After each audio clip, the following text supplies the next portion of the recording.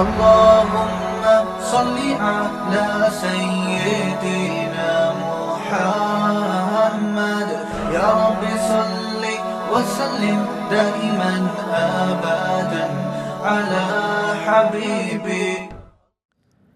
کہ فرعون اور اس سے پہلے بھی بہت سی قومیں جن کو اللہ نے الٹ دیا، تباہ کر دیا، یہ لوگ بھی گناہ کے مرتکب ہوئے، ایک جرم کے مرتکب ہوئے.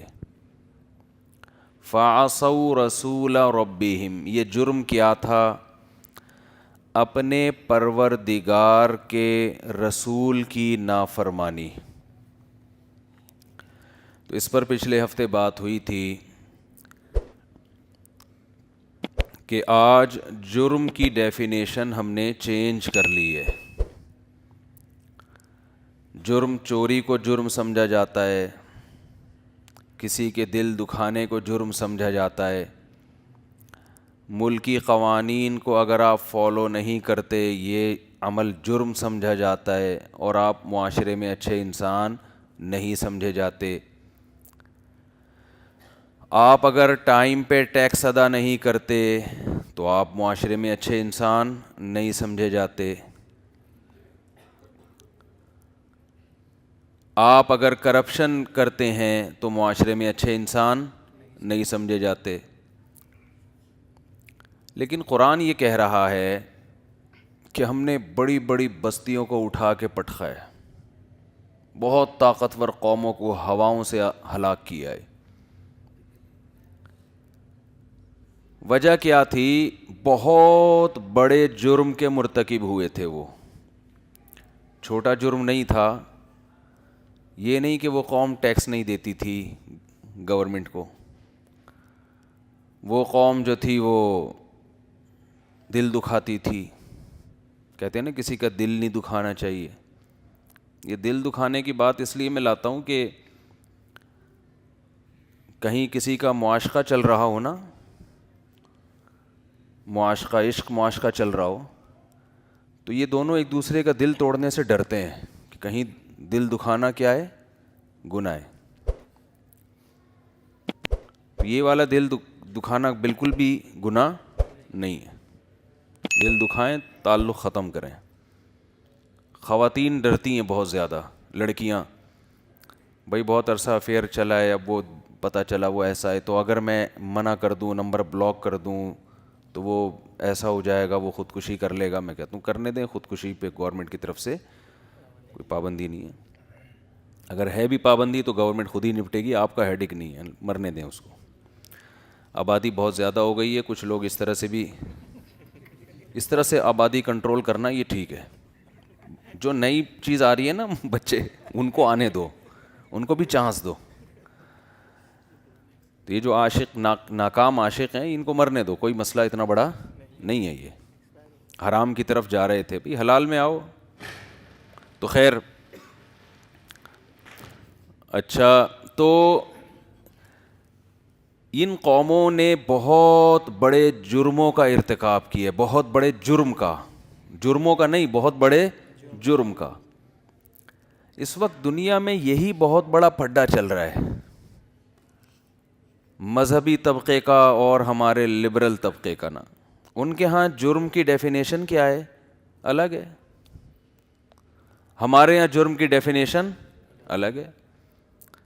قرآن کہہ رہا ہے فَعَصَوْا رَسُولَ رَبِّهِمْ، اپنے پروردگار جس نے پیدا کیا، جو ان کو پالتا ہے. رب کا معنی پالنا، جو ان کو کھلاتا ہے، ان کی ضرورتوں کا خیال کرتا ہے، مشرق سے سورج کو نکال کے دھکا دے کے مغرب میں غروب کرتا ہے. سردی، گرمی، خزاں، بہار، یہ موسم اس نے رکھے. فالق الحب والنوات، دانے اور گھٹلی کو پھاڑ کے پودے اور تناور درختوں میں تبدیل کرتا ہے. ينبت لكم به الزرع والزيتون والنخيل، جس سے وہ کھیتیاں پیدا کرتا ہے، زراعت پیدا کرتا ہے، کھجور پیدا کرتا ہے، زیتون پیدا کرتا ہے. کیا عجیب چیز ہے. آپ دیکھو، زمین کو آپ کھودتے ہو، بہت گہرائی میں جاتے ہو تو آئل نکلتا ہے، اس میں سے تیل نکلتا ہے. سائنسدان کہتے ہیں پتہ نہیں صدیوں کروڑوں سال پہلے کوئی یہاں ہڈیاں وڈیاں دفن ہوئی ہیں جو کروڑوں سال بعد جا کے کس میں تبدیل ہوئی ہیں؟ آئل میں. سائنس یہی کہتی ہے بھائی کوئی پروسیس ہوا ہوگا. لیکن ادھر زیتون کی شاخ گاڑی آپ نے ہے بھائی, زیتون کا درخت لگایا, تھوڑے دنوں میں اس کے بیج اور اس کی ٹہنیوں سے تیل نکلنا شروع. مٹی کو ایسے پروسیس سے اتنی اسپیڈ سے گزارتا ہے کہ وہ تیل میں تبدیل ہو جاتی ہے, وہ تیل میں تبدیل. یہ تیل کیسے پیدا ہو رہا ہے بھائی؟ یہ تو نہ کروڑوں سال گزرے نہ اربوں سال گزرے, یہ تو ہمارے سامنے. مجھے نہیں پتا زیتون کا پودا کتنے دن میں بڑا ہو کے تیل دینا شروع کر دیتا ہے وہ, اور کیسا خاندانی تیل, کیسا بہترین, صحت کے لیے کتنا مفید, کولیسٹرول لیول زیرو, آنکھوں میں چمک پیدا, بالوں میں چمک, دنیا میں مہنگا ترین تیل ہے. کتنی جلدی پیدا ہو رہا ہے. ایک وہ بھی تیل ہے جس کو ہم دیسی گھی کہتے ہیں, کوئی کروڑوں اربوں سال کا پروسیس نہیں ہے, ٹھیک ہے نا. اللہ نے ایسی مشینیں بنائی ہوئی ہیں گائے بھینسوں کی.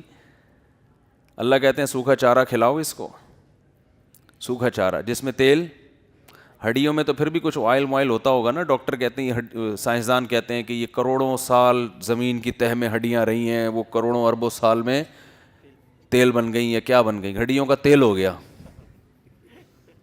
اور ہڈیاں تیل لینے چلی گئیں. ہڈیاں ختم, وہ تیل لینے گئی بھی ہیں اور وہ لے کے آ گئیں تیل وہ.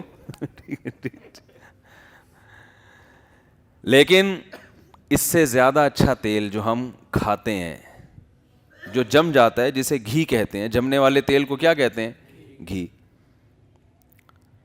کتنی جلدی پیدا ہو رہا ہے. اللہ نے ایک مشین بنا دی گائے بھینس کی شکل میں, سوکھا چارہ, نہ اس میں ذرا سی کوئی چکناہٹ ہے. آپ سائنسدانوں کے پاس لے کے جائیں, کسی ملحد کے پاس لے کر جائیں, خدا کو نہیں مانتا, جس نے کبھی گائے بھینس دیکھی نہ ہو, ایسا ہوتا نہیں. ایک مثال دے رہا ہوں, بول بھائی اس سے انسانوں کی ضرورت ہے دیسی گھی کھانا. انسانوں کی ضرورت کیا ہے؟ دیسی گھی. سنا ہے بڑا صحت کے لیے مفید ہے, کولیسٹرول نہیں بڑھتا اس سے, اور پیٹ کے لیے بھی اچھا ہے. حقیقت بتا رہا ہوں, جنرل نالج بھی ساتھ ساتھ چلتی ہے نا. جن لوگوں کو پیٹ کے مسائل ہیں نا, دیسی گھی سے روٹی کھانا شروع کر دیں, سیٹ ہو جائیں گے انشاءاللہ. تو کسی ملحد ایتھیس کے پاس نا, جو خدا کو نہیں مانتے, ان کے پاس لے کے جاؤ, بولو یار, وہ کہیں گے بھائی کروڑوں اربوں سال گزریں گے, زمین میں ڈال دو شاید کچھ ہو جائے, ورنہ اس سے کچھ ہونے والا ہے نہیں. کہ نہیں یار, کیا یہ پاسبل ہے کوئی ایسی مشین بن جائے, ہم ادھر گھاس ڈالیں اور تھوڑے دنوں میں تیل نکل جائے. انہوں نے کہا نہیں, یہ نہیں ہو سکتا, اٹ ازنٹ پاسبل. انگلش میں بولے گا تاکہ آپ اور زیادہ امپریس ہوں اس سے. وہ دیسی زبان استعمال نہیں کرے گا, وہ انگلش میں تحقیقات کتابیں پیش کرے گا آپ کے سامنے. وہ فلاں سائنسدان کا یہ نظریہ تھا کہ گھاس سے کبھی بھی تیل نہیں نکل سکتا. آپ کہو گے کہ آؤ میں تمہیں ایک مشین دکھاتا ہوں, آؤ میں تمہیں ایک مشین دکھاتا ہوں. آپ لے گئے پنجاب سے کوئی تگڑی بھینس, آپ نے اس کو چارہ کھلایا, تھوڑی دیر میں اس کے تھن دودھ سے بھر گئے. فوراً رزلٹ آتا ہے. آپ جانور کو چارہ کھلاؤ نا, فوراً رزلٹ آتا ہے. آپ نے جناب دودھ نکالا اس سے, وہ چکنا گاڑھا, وہی بتا رہا ہے کہ میرے اندر آئل بہت ہے, وہ دودھ بتا رہا ہوتا ہے. پھر آپ نے اس کو پکایا, ملائی نکالی, مکھن نکالا, اسے گرم کیا, دودھ الگ ہو گیا اور آئل تیل اس میں سے اتنا خوشبودار, اتنا مزیدار گھی. آپ بولیں یہ لے میں نے گھاس سے نکال دی. وہ بدبخت پتہ ہے کیا کہے گا؟ وہ کہے گا کہ کروڑوں اربوں سال میں اس گھاس سے تو تیل نکل نہیں سکا, لیکن ایسی مشین اربوں سال میں آٹومیٹیکلی بن گئی ہے جو اس گھاس سے گھی نکال دیتی ہے, جس کو بھینس کہا جاتا ہے. آئی بات سمجھ میں؟ وہ کیا کہے گا؟ کروڑوں اربوں سال میں ایسی مشین آٹومیٹیکلی خود بخود بھینس جیسی وجود میں آ گئی ہے. وہ ایک سیل وجود میں آیا تھا اتفاق سے, کروڑوں اربوں سال گزرتے گزرتے وہ پتہ نہیں کیا کیا بنتے بنتے, کوئی بندر سے انسان اور وغیرہ وغیرہ ہوتے ہوتے بھینس. یہ اس کی وجہ سے ہو رہا ہے, یہ اتفاق ہے. ذرا سی غیرت ہوگی نا, غیرت, ذرا سی غیرت کہ اپنے بنانے والے اور اپنے محسن کو پہچاننے کا ذرا سا بھی جذبہ ہوگا, وہ اس کے اس دعوے کو کبھی قبول نہیں کرے گا, اور غضب سے زمین میں گڑ جائے گا, وہ شرم سے زمین میں گڑ جائے گا, کیسی بات کر رہا ہے. تو جو خدا کا انکار کرنے والے لوگ ہیں نا, جن کو اللہ کی نافرمانی جرم لگتی نہیں ہے, وہ صبح و شام خدا کی نشانیاں دیکھ دیکھ کر اندھے بنے ہوتے ہیں. قرآن کہتا ہے فَإِنَّهَا لَا تَعْمَى الْأَبْصَارُ. عجیب انداز دیکھو, یہ میں جب بھی آیت سناتا ہوں نا, یہ مجھے مزہ بہت آتا ہے اس میں. وجہ اس کی یہ کہ قرآن نے یہ نہیں کہا ان الابصار لا تعمى, اصل میں عبارت یہ ہونی چاہیے تھی کہ آنکھیں اندھی نہیں ہوتی, ولکن تعمى القلوب, بس یہ ہونا چاہیے تھا, لیکن دل اندھے ہو جاتے ہیں. قرآن یہ بتانا چاہ رہا ہے کہ آنکھیں سے سب نشانیاں نظر آ رہی ہیں, گائے بھی نظر آ رہی ہے, بکری بھی نظر آ رہی ہے, بھینس بھی نظر آ رہی ہے, انڈوں سے چوزے نکلتے ہوئے بھی نظر آ رہے ہیں, اور مرغی اپنے بچوں سے محبت کر رہی ہے, یہ بھی نظر آ رہا ہے, اور گھٹلی پھٹتی ہے, تناور درخت میں تبدیل ہو کے پھر اسی میں سینکڑوں گھٹلیاں پیدا ہو جاتی ہیں بالکل اسی جیسی, اور پھر اس گھٹلی کو دفن کرو, پھر پودا, پھر آم, پھر اس کے اندر ویسے ہی گھٹلی, پھر اس کے اندر ایسا لذت والا ذائقہ اس آم کے اندر, پھر اس کے چھلکے تمہارے جانور کھاتے ہیں, اندر کا گودا تم کھاتے ہو. تو یہ ایسا زبردست ایک پروسیس ہے, اتنا زبردست ایک مینجمنٹ ہے اس کائنات کے اندر. قرآن کہہ رہا ہے تم دیکھ دیکھ کے خدا پر ایمان نہیں لے کر آ رہے, تو آنکھیں اندھی نہیں ہیں, وہ سوچنے کے لیے دل اندھے ہو چکے ہیں جو سینوں کے اندر چھپے ہوئے ہیں. بعض دفعہ آنکھیں دیکھ رہی ہوتی ہیں, سمجھ نہیں رہی ہوتی کہ یہ ہمیں کیوں دکھایا جا رہا ہے, وہ دیکھ رہی ہوتی ہیں. دیکھو آپ کے سامنے کوئی ڈاکو آیا نا, آپ اس کو اسلحہ دکھاؤ گے, آپ نے اس کو اسلحہ دکھایا, تو اس نے آپ کا اسلحہ دیکھا, اس کے باوجود وہ آپ کی طرف آ رہا ہے, اس کا مطلب اس نے اسلحہ دیکھا ہے مگر وہ سمجھا نہیں آپ کے پیغام کو کہ آپ اسے پیغام کیا دینا چاہتے ہیں. تو بے وقوف ہے نا, آپ گولی سے اڑا دو گے اس کو. جب اس کو گولی لگے تو وہ کہے یار یہ کیا ہو گیا, تو آپ کہو گے میں نے تجھے اسلحہ دکھایا تھا کہ میں اپنے دفاع کے لیے میرے پاس بندوق ہے. وہ کہے گا نہیں یار مجھے نظر نہیں آ رہا تھا. آپ کہو گے تیری آنکھیں اندھی نہیں ہیں, آنکھ دیکھنے کے بعد جب دل کچھ فیصلہ کرتا ہے نا تو وہ فیصلہ کرنے کے قابل نہیں ہے, دل کا غافل ہے تو. تو قرآن اس بات کو بیان کرنے کے لیے یہ کہہ سکتا تھا ان الابصار لا تعمى, آنکھیں اندھی نہیں ہوتی, دل اندھے ہوتے ہیں, لیکن قرآن نے کلام کو لمبا کیا. فَإِنَّهَا, ہا ضمیر قصہ, اس کا مطلب یہ ہوتا ہے بات یہ ہے کہ, قصہ یہ ہے کہ لا تعمى الابصار, آنکھیں اندھی نہیں ہوتی, ولکن تعمى القلوب, وہ دل اندھے ہوتے ہیں, فی الصدور, جو سینوں میں چھپے ہوئے ہیں. یہ بڑی زبردست بلاغت ہے بھائی, دل تو سینے میں ہی ہوتا ہے نا, یہ بتانے کی کیا ضرورت ہے سینوں میں. یہ بلاغت ہے کہ اللہ پہلے تو بات کو طول دے رہے ہیں. بات یہ ہے کہ بہت امپورٹنٹ بات ہے, اس کو ہلکا نہ لینا, کیونکہ بڑے بڑے عقل مند لوگ ہمیں نظر آتے ہیں جو خدا کا انکار کر رہے ہیں, بڑے بڑے سائنٹسٹ نظر آتے ہیں, بڑے پڑھے لکھے لوگ. تو آدمی حیران ہوتا ہے یار اتنے پڑھے لکھے لوگوں کو کیسے سمجھ میں نہیں آ رہا. اس کا مطلب واقعی یہ کچھ ڈاؤٹ ہے اس میں, ہم بے وقوف ہیں, وہ تھوڑی بے وقوف ہیں. تو اللہ کہہ رہے ہیں ہمیں بٹھا کے نہ سمجھا رہے ہیں, بات یہ ہے کہ ہے نا بھائی بیٹھو ذرا میں تمہیں سمجھاؤں قصہ ہے کیا, قصہ کیا ہے, میں آؤ ہم تمہیں ذرا بیٹھ کے بٹھا کے سمجھاتے ہیں, قصہ تو سمجھو. لا تعمى الابصار, آنکھیں اندھی نہیں ہے, نظر ان کو بھی آ رہا ہے, دل اندھے ہیں. اللہ کس دل کی بات کر رہا ہے, لگے وہی جو سینوں کے اندر چھپے ہوئے دل ہیں, وہ نظر نہیں آ رہا, تمہیں ان کی آنکھیں نظر آ رہی ہیں. تم کہہ رہے ہو یار آنکھوں سے تو یہ سب کچھ دیکھ رہے ہیں, پھر بھی انکار کر رہے ہیں, کوئی لاجک ہوگی.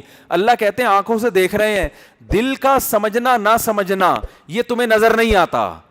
آنکھیں تو ان کی کھلی ہوئی, دیکھو سائنسدانوں کی آنکھیں بند ہوتی, ان کو گائے بھینس بھیڑ بکریاں یہ درخت اور یہ لہلہاتی فصلیں نظر نہ آ رہی ہوتی ہیں, بارشوں کا نظام, پہاڑوں کا نظام. اگر سائنسدانوں کو نظر نہ آ رہا ہوتا, ہم کہتے ہیں یار ان بیچاروں کو پتہ نہیں ہے, ہم دیکھ رہے ہیں. اگر یہ سائنسدان یہ چیزیں دیکھتے تو ہم سے زیادہ خدا پر ایمان لے کر آتے, تو نظر نہیں آ رہا. لیکن اللہ کہتے ہیں یہ تو تمہیں پتہ ہے, آنکھوں سے ان کو نظر آ رہا ہے. اللہ کہتے ہیں ایک چیز ایسی ہے کہ اس کے بارے میں تم فیصلہ کر نہیں سکتے, وہ ان کے سینے کے اندر ہے, وہ بھی اوپر ہوتے نا تو تم کہتے یار تو سمجھ بھی رہے ہیں. اللہ کہتے ہم بتاتے ہیں کہ دیکھ رہے ہیں, سمجھ نہیں رہے, کم بختی ہے. بہت مشکل ہے میرے بھائی, آپ کی سمجھ میں نہیں آ رہا تو سائنسدانوں کی کہاں سے سمجھ میں آئے گا؟ ہے بھائی,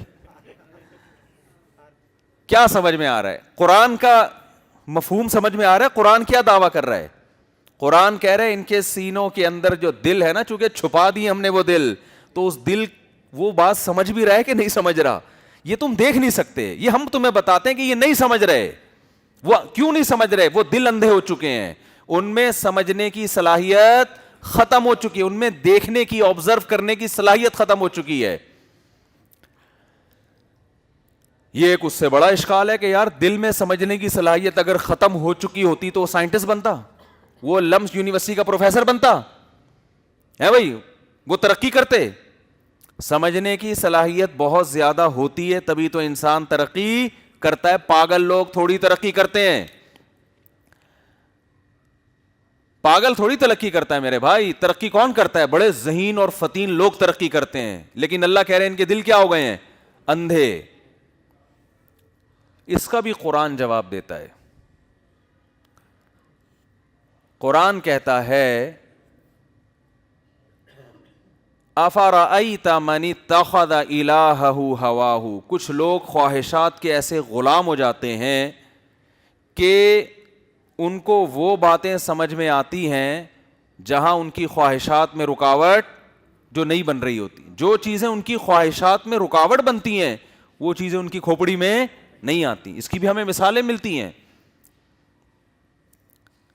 شعیب علیہ السلام نے جب اپنی قوم کو سمجھایا کہ ناپ تول میں کمی مت کرو, ایک دفعہ نہیں, دو دفعہ نہیں, بہت دفعہ سمجھایا, تو قوم پتہ ہے کیا کہتی ہے؟ ما نفقہ کثیرا مما تقول, آپ کی باتیں ہماری کھوپڑی میں نہیں آتی. حالانکہ وہ ایسی بات ہے جو کھوپڑی میں نہ آئے. پتہ نہیں کیا وہ کہتے ہیں, پتہ نہیں کس طرح کی باتیں کر رہے ہیں یار, یہ پتہ نہیں کس طرح کی باتیں کر رہے ہیں. مس گیدرنگ نہ ہو شادی میں, پتہ نہیں کس قسم کی باتیں ہو رہی ہیں. کیا ہو گیا یار؟ کوئی مس گیدرنگ ہوتی, کوئی چھیڑیں گے کیا؟ چھیڑنے کے لیے ہوتی ہیں. لوگ اس طرح کی باتیں کرتے ہیں نا.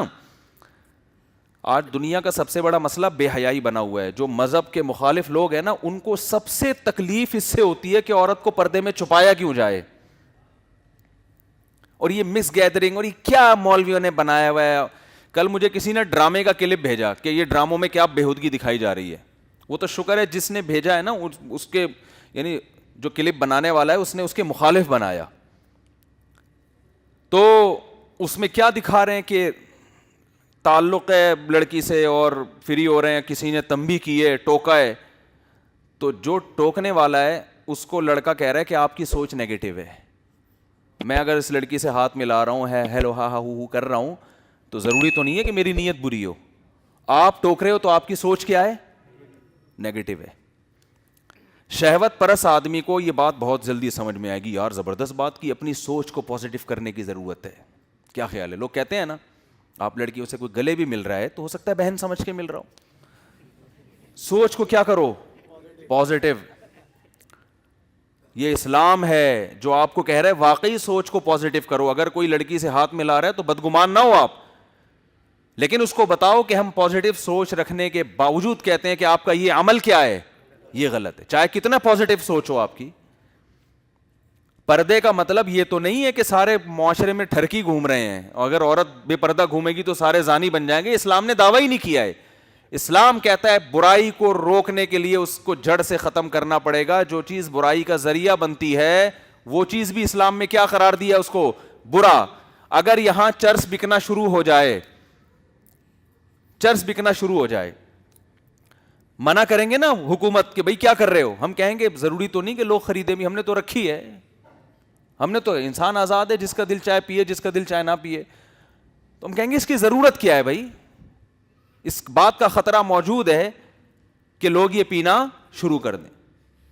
تو جہاں مرد اور عورت کا اختلاط ہوگا, اور یہ اختلاط ضروری بھی نہیں ہے, اس کی ضرورت بھی نہیں ہے معاشرے کو. کیا ٹائم لگتا ہے یار شادی میں ایک تمبو لگا کے لڑکیوں کو ادھر کر دو, آدمیوں کو ادھر کر دو, کتنا ٹائم لگتا ہے اس میں. لیکن خدا کی نافرمانی اور بغاوت پہ ایسے کمر بستہ ہو گئے ہیں, وجہ کیا ہے کہ جرم کی ڈیفینیشن چینج کر لی ہے. قرآن کہہ رہا ہے فرعون اور ان بستیوں کو ہم نے ہلاک کیا کیونکہ انہوں نے خدا کے حکم کی نافرمانی کی ہے. تو اسلام میں جرم اللہ کی نافرمانی ہے سب سے بڑا جرم. مفتی طارق مسعود صاحب کے بیانات سننے کے لیے youtube.com/مفتی طارق مسعود کو سبسکرائب کریں، اور اگر آپ لائیو ویڈیو کو کبھی بھی مس نہیں کرنا چاہتے ہیں تو سبسکرائب کرنے کے بعد بیل آئیکن پہ کلک کرنا مت بھولیں. جزاک اللہ.